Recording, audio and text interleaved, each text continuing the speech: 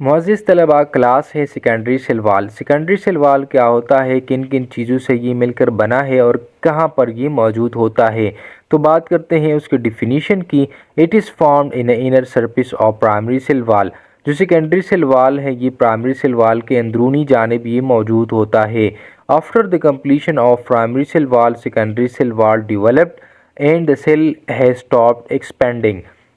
जब primary cell wall मुकम्मल तौर पर बन जाता है और इसकी कंप्लीशन हो जाती है तो after that secondary cell wall developed, और इसके बाद सेकेंडरी सेल वाल जो है वो वजूद में आना शुरू हो जाता है। और ये सेकेंडरी सेल वाल उस वक्त वजूद में आना शुरू हो जाता है जबकि सेल हमारे पास स्टॉप कर देता है एक्सपेंडिंग। एक्सपेंडिंग का मतलब ये है कि सेल तोसी होना बंद कर देता है, तो इसके नतीजे में सेकेंडरी सेल वाल वजूद में आ जाता है। It is comparatively thick and rigid. ये एक थिक लेयर है as compare to primary cell wall. Primary cell wall thin layer था और ये थिक लेयर है। एंड रिजिड, और ये सख्त लेयर है as compare to primary cell wall. ठीक है। It is present in the harder woody portion of plant, और ये harder woody portion of the plant में ये मौजूद होता है। जो वुडी पोर्शन होते हैं, जो कि लकड़ी वाला पोर्शन होता है प्लांट की, तो वहाँ पर मोस्टली सेकेंडरी सेल वाल मौजूद होता है। अब बात करते हैं उसकी केमिकल कंपोजिशन की कि किन किन चीज़ों से मिलकर बना है। तो ये सेलुलोज से मिलकर बना है। हीमीसेलुलोज मौजूद है, लिग्निन भी इसके अंदर मौजूद है, इसके अलावा ज़ाइलिन भी इसके अंदर मौजूद होती हैं, इनऑर्गेनिक साल्ट होती हैं, सिलिकॉन और वैक्सेस भी होती हैं। तो ये देखिए सेलुलोज, हेमीसेलुलोज और दूसरे ये सारी चीज़ें मिलते हैं और ये एक थिक लेयर बनाता है जिसको सेकेंडरी सेल वाल कहा जाता है। यानी उसकी थिकनेस जो है वो 5 से लेकर 10 माइक्रोमीटर तक उसकी थिकनेस होती है। ठीक है। ये हमारे पास प्राइमरी सेल वाल है, इसके अंदर की सरफेस पर सेकेंडरी सेल वाल मौजूद हैं, और ये एक प्लांट सेल है, ये दूसरा प्लांट सेल है। तो इन दोनों को एक सब्सटेंस ने एक दूसरे के साथ मिलकर जकड़ा रखा है जिसको मेडल्लेमेला कहा जाता है। और ये मेडल्लेमेला मोस्टली पेक्टिन से मिलकर बना होता है जो कि एक cementing layer. The secondary cell wall is located between the primary cell wall and plasma membrane. Secondary cell wall जो है प्राइमरी सेल वाल और प्लाज्मा मेम्ब्रेन के बीच में ये मौजूद होता है।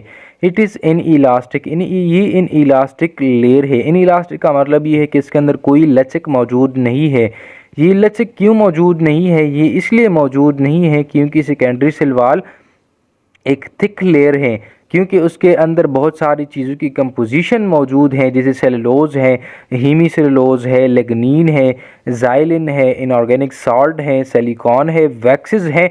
तो इन तमाम चीज़ों की कंपोजिशन की वजह से ये जो है एक सख्त लेयर है, रिजिड लेयर है, जिसके अंदर कोई इलास्टिसिटी जो है वो मौजूद नहीं है। It consist of 3 layers known as. जो सेकेंडरी सेल वाल है ये 3 लेयर से मिलकर बना है।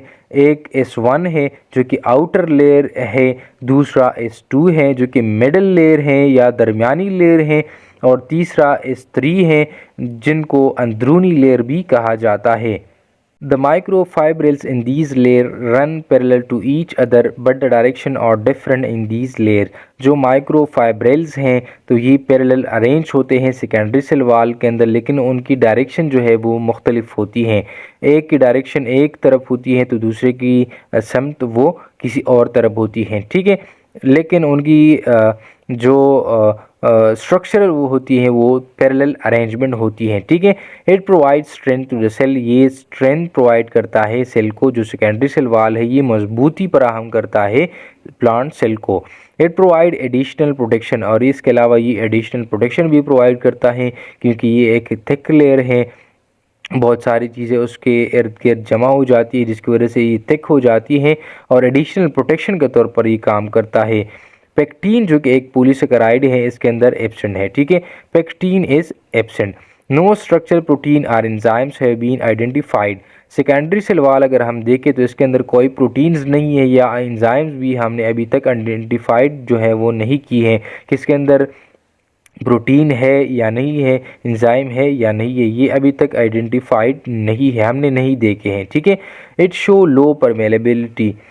परमिएबिलिटी का मतलब ये है कि बहुत सारी चीज़ें जो कि सेल के अंदर आ रहे होते हैं तो उससे गुजर नहीं सकते। ठीक है।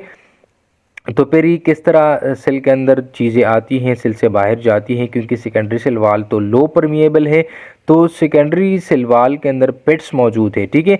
यानी cellular transport is carry out by opening in the cell wall called pits. इसके अंदर पिट्स मौजूद होती हैं, तो इस पिट्स के ज़रिए से जो चीज़ें सेल के अंदर आ रहे होते हैं या सेल से बाहर जा रहे होते हैं, तो ये पिट्स के ज़रिए से आते जाते हैं, ठीक है। इसके अलावा जो हमारे पास woody portion of the plants होते हैं, तो वहाँ पर मोस्टली सेकेंडरी सेल वाल मौजूद होता है।